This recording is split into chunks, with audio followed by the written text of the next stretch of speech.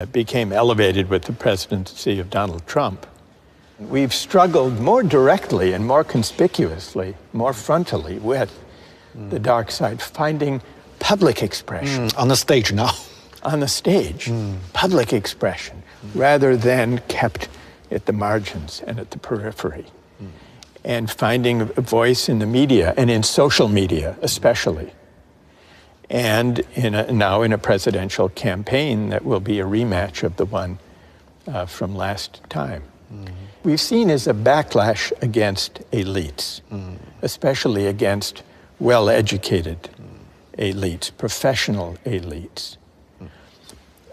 Donald Trump has been very effective at tapping into the grievances of people who feel they've been left behind and looked down upon.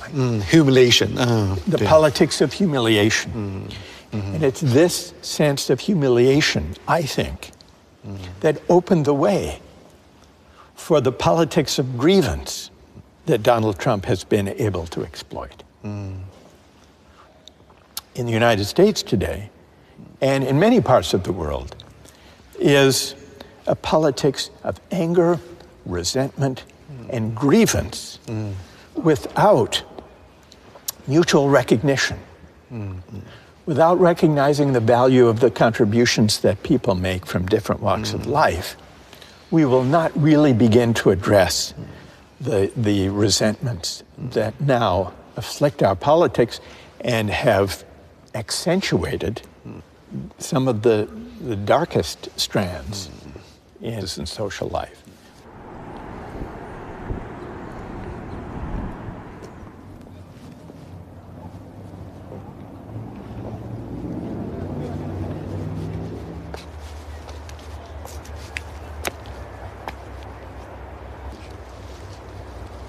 我想大家去国子监，在中国这个 meritocracy 是这么的受尊重。你知道梁启超他去那个访问澳大利亚的时候，因为澳洲人怎么理解他嘛？举人对他们就翻译成那个 bachelor， 就学士学位，他们的进士是翻译成 master degree， 然后他不是当过长沙食物学堂的那个总教习嘛，就翻译成 president of Hunan University， 所以很逗。所以误读，我真的挺想带去看国子监的，这特别对着他这个写的书的感觉，加上拼音线。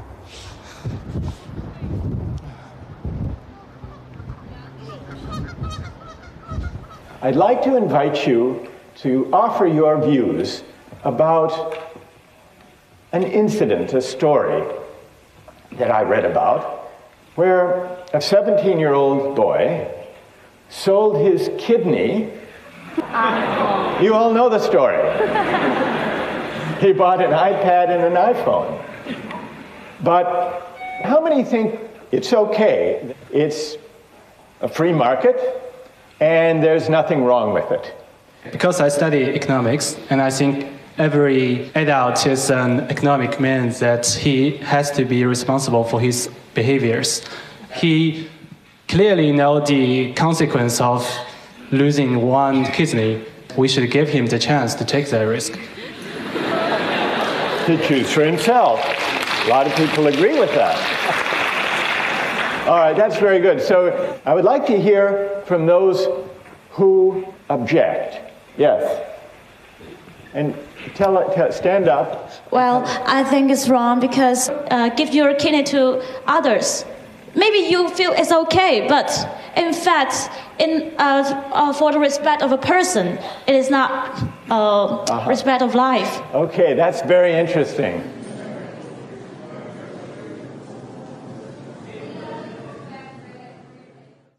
Even facing the same concept like justice. Yeah. You see the difference from different countries? Yes, yeah. It's prompted me to reflect on why there are these differences when I encounter them. When I had these conversations with young people in China in the 2000s, what struck me was, first, they did have very strong pro-market moral intuitions, as I mentioned. And I would put a lot of examples to students and to the audience, asking them whether they think this or that social practice should be governed by money or by other norms. So I put questions like this. What struck me was the moral intuitions about buying and selling were similar in the US and China. In Eastern Europe, it was similar. In Poland, for example.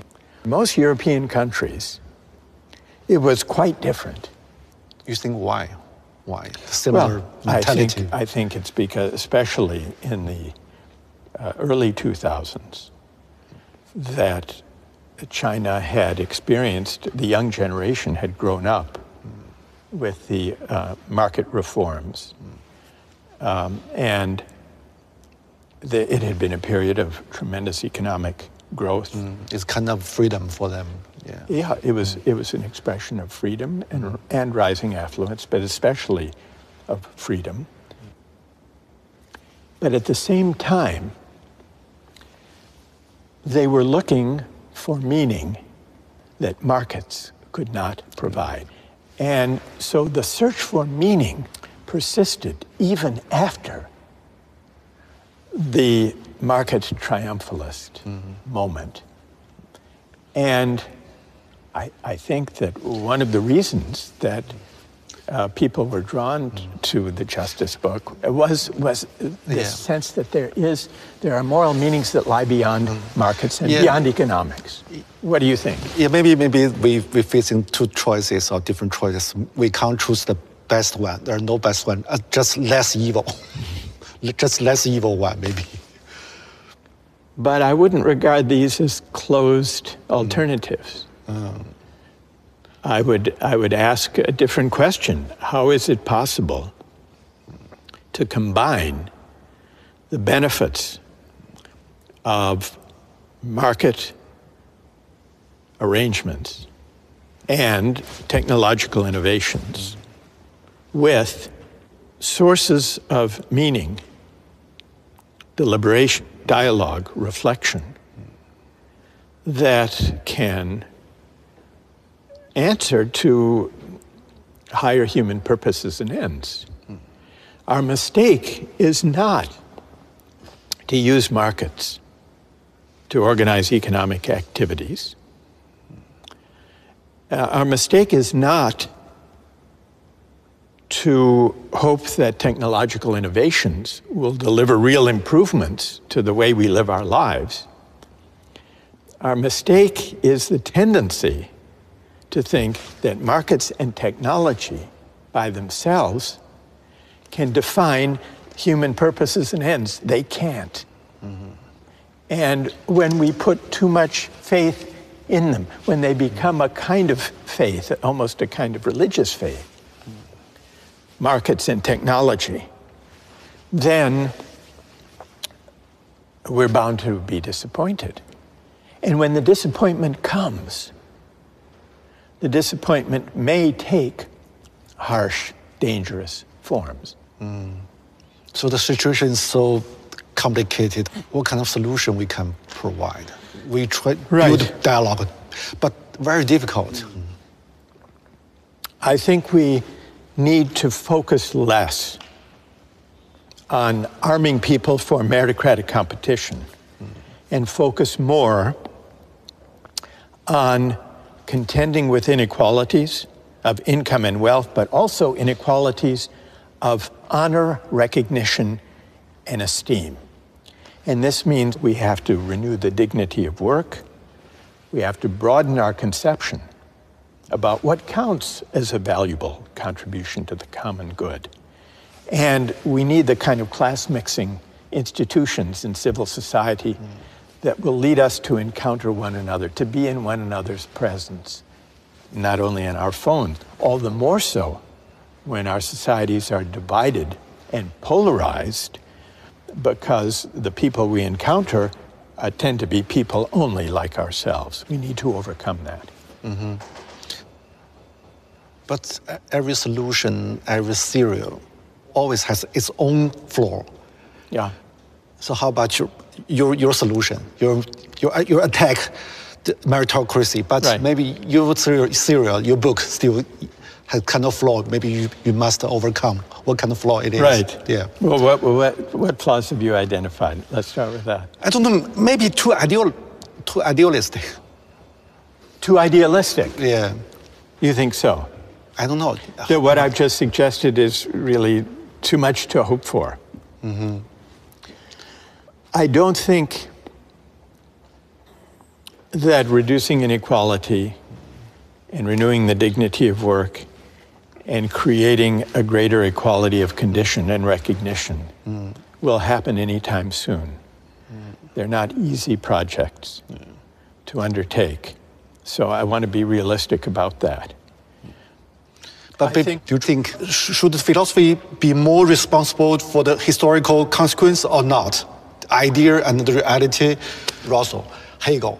Yeah. They talk about inequality, talk about the virtue, but the consequence may be this one. Yes. Yeah, extreme opposite. Yes. How do you see the paradox?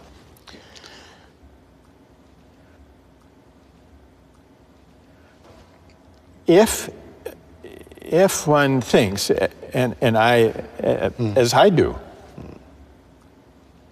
that philosophy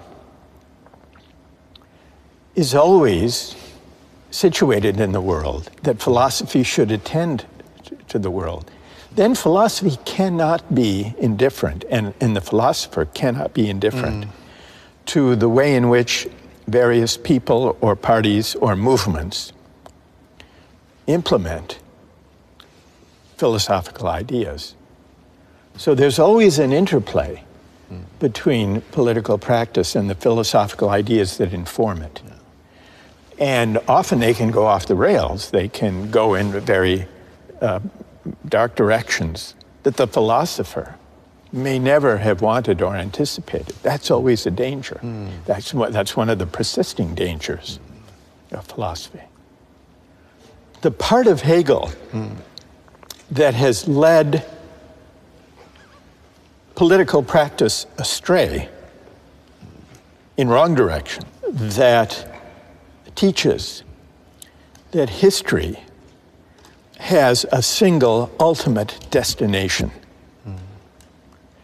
and that it takes a certain shape, that has contributed to some of the dangerous movements in history who may have been inspired by the idea that history points in a certain direction, and that it's our responsibility either to let history unfold or to help history unfold to reach that final destination once and for all. I think the phrase or the idea, once and for all, is a deeply dangerous idea.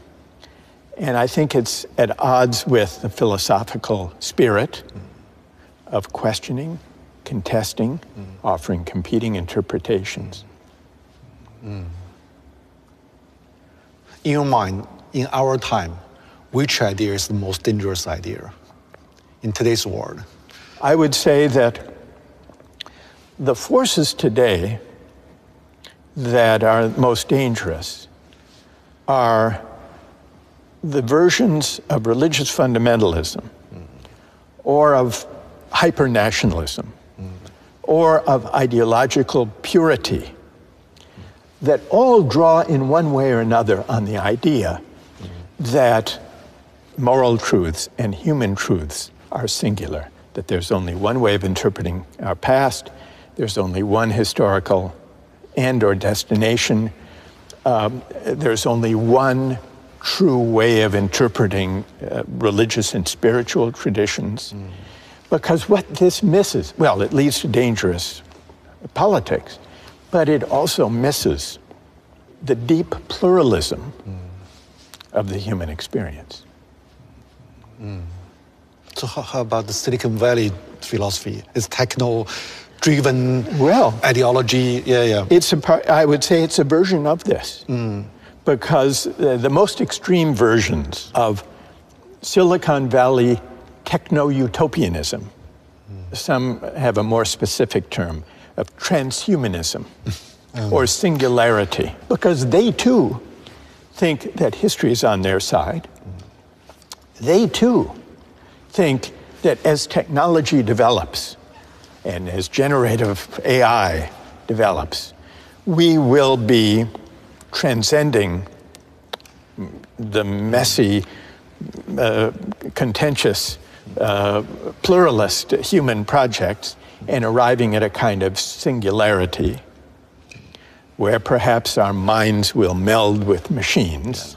And the very idea that going to the moon or to Mars is kind of a natural outgrowth of this way of thinking, where they can start anew. It's the ambition really to start from scratch with a clean slate, to begin anew, unfettered, uncomplicated by disagreement, contestation, challenge, dialogue, controversy, where they can start anew and build a society from scratch that is not, as they might see it, weighted down by the controversies that arise whenever human beings gather in society. So there is something, it's fantastical, but it's also dangerous and hubristic, because it implies that they are the avatars, they are the pioneers, the initiators of this new frontier that breaks free from the messy need to negotiate, to discuss, to disagree, which is essential to the human experience.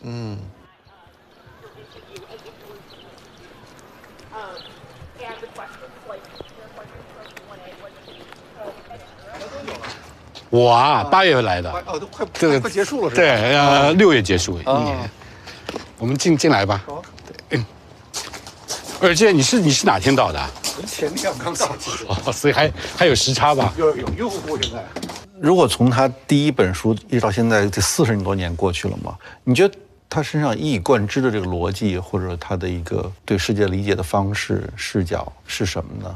他有一些东西是没有变，他认为公共精神，对于个人和对于一个国家或者民族或者世界的政治都是特别重要的。所以公共性就是大家要商量，不能有些事情那么独断的来做，就是通情达理，就是 reasonable。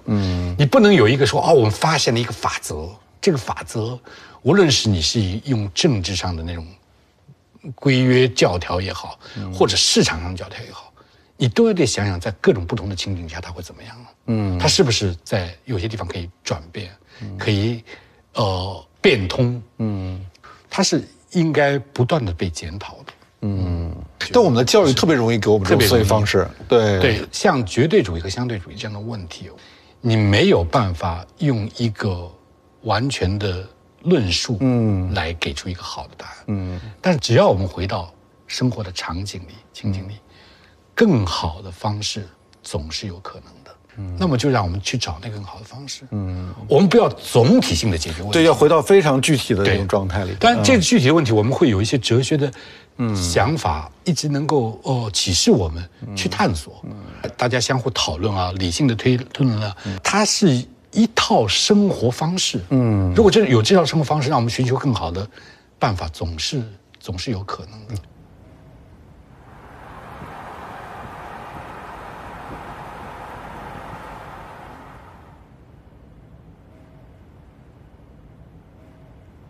So could you imagine, maybe in the coming years, everyone has set here to emigrate into the metaverse?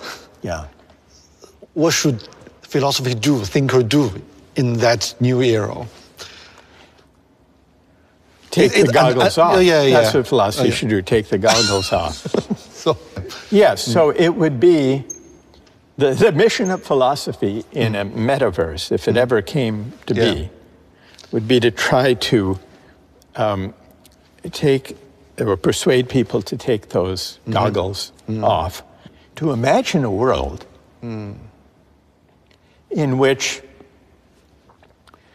the line between what's virtual and what's real blurred, blurs to the point of vanishing. And here's the question. Would such a world be recognizable as a human world? A world in which we had lost even, where we no longer cared even to ask the question, how to locate the line between the virtual and the real. And I think the deepest threat in human terms posed by the age of AI is that we will confuse virtual community and connection with the real thing. And that would represent a great loss. How to fight with the trend or deal with the trend? It seems unstoppable. You think it seems unstoppable? It seems, yeah. I'm and not why? sure. Well, it's worth asking, in figuring out how to stop it, it's worth asking why it seems unstoppable. Why do you think? Because too less true debate and, discussion about it. Most people just follow the trend. Right. Yeah. But if I could feel and believe the connection I have through my phone, scrolling and swiping and texting and posting, that connection to people half a world away is the same as valuable as my personal connections to family, friends, neighbors, classmates. Yeah. What would you say to them? I don't know. Why would that represent a loss, I guess is what I'm asking. Why would that represent a loss? I'm curious about too, because, my phone. Yeah. It's the most intimate things we have. We touch Intimate. very intimate. Right. You spend more time with it. Yeah. Yeah. And even through the social media, you talk with so many people. I think sometimes, even most time, because friends live different places, we through it, but still feel kind of very intimate. Yeah. The similar with me. Intimate. Face to face. Right. So it's a new community. But I'm not so sure about it's less important than the more concrete communities before or the similar. I'm so confused about it. So how to understand it, the change? Yeah. Yeah. Yeah. Well, and let me ask you this question. Since we're talking about intimacy. Yeah. Intimacy is an important aspect of this. Yeah. There are now AI-equipped devices, little robots, that you can buy. Let's say you have an aged parent or grandparent who's living alone, maybe in a nursing home, and who's lonely. And you visit them from time to time, but you can't be there every day. You can buy one of these robotic companions, and the robotic companion will carry on a conversation with your loved one, your grandmother, let's say. And let's suppose that your grandmother comes to regard that robotic AI-driven companion as a friend, as an actual friend, sharing intimacies, asking advice. And suppose that this relieves the loneliness of your grandmother and makes her happier. She considers this her friend. Would that bother you, or would you welcome that? Welcome. You would welcome it? It doesn't bother me. Yeah. It doesn't bother you at all? Maybe not at all, maybe a little, but I accept it. You would accept it, but what's the little that bothers?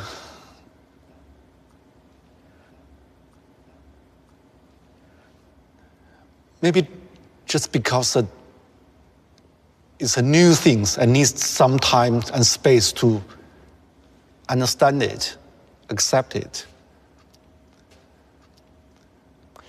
But if your this goes back to what we were discussing about the virtual and the actual and the real. Now, your grandmother no longer recognizes, we're assuming, the difference between a robotic friend and an actual friend. That doesn't bother you. Do you think there's a loss?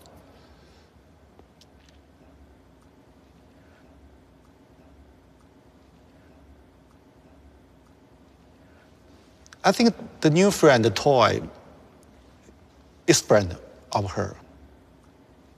Because some books are for friends, even it's just papers. Books. Yeah. So if the grandmother or if you or I were absorbed in a book. Yeah, even we see some old books, it's like friends, yeah. It's spent many, maybe childhood years with you.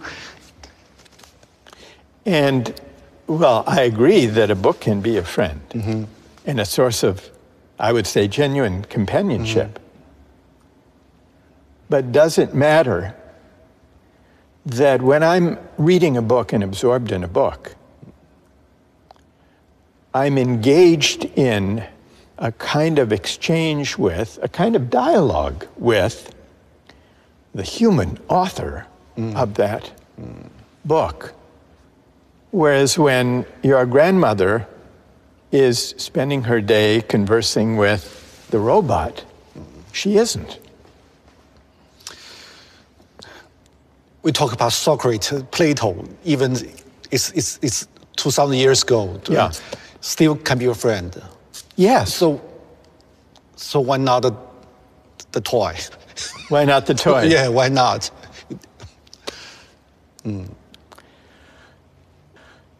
Because it's a machine. Yeah. Because can it engage in dialogue? We've been talking a lot about dialogue. Yeah. Or put it this way, take a simple example. When maybe the toy speak like Socrates. So many information about Socrates. Right. Thoughts. Right. In the toy. Like a chatbot. Yeah.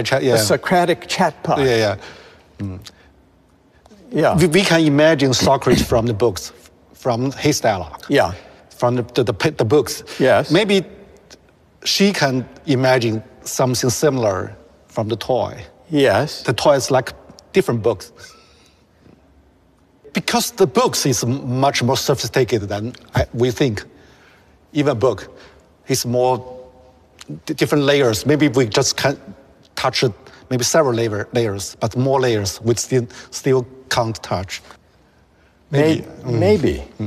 If the toy becomes a sophisticated chatbot that is programmed on Socrates or Dostoevsky. Yeah.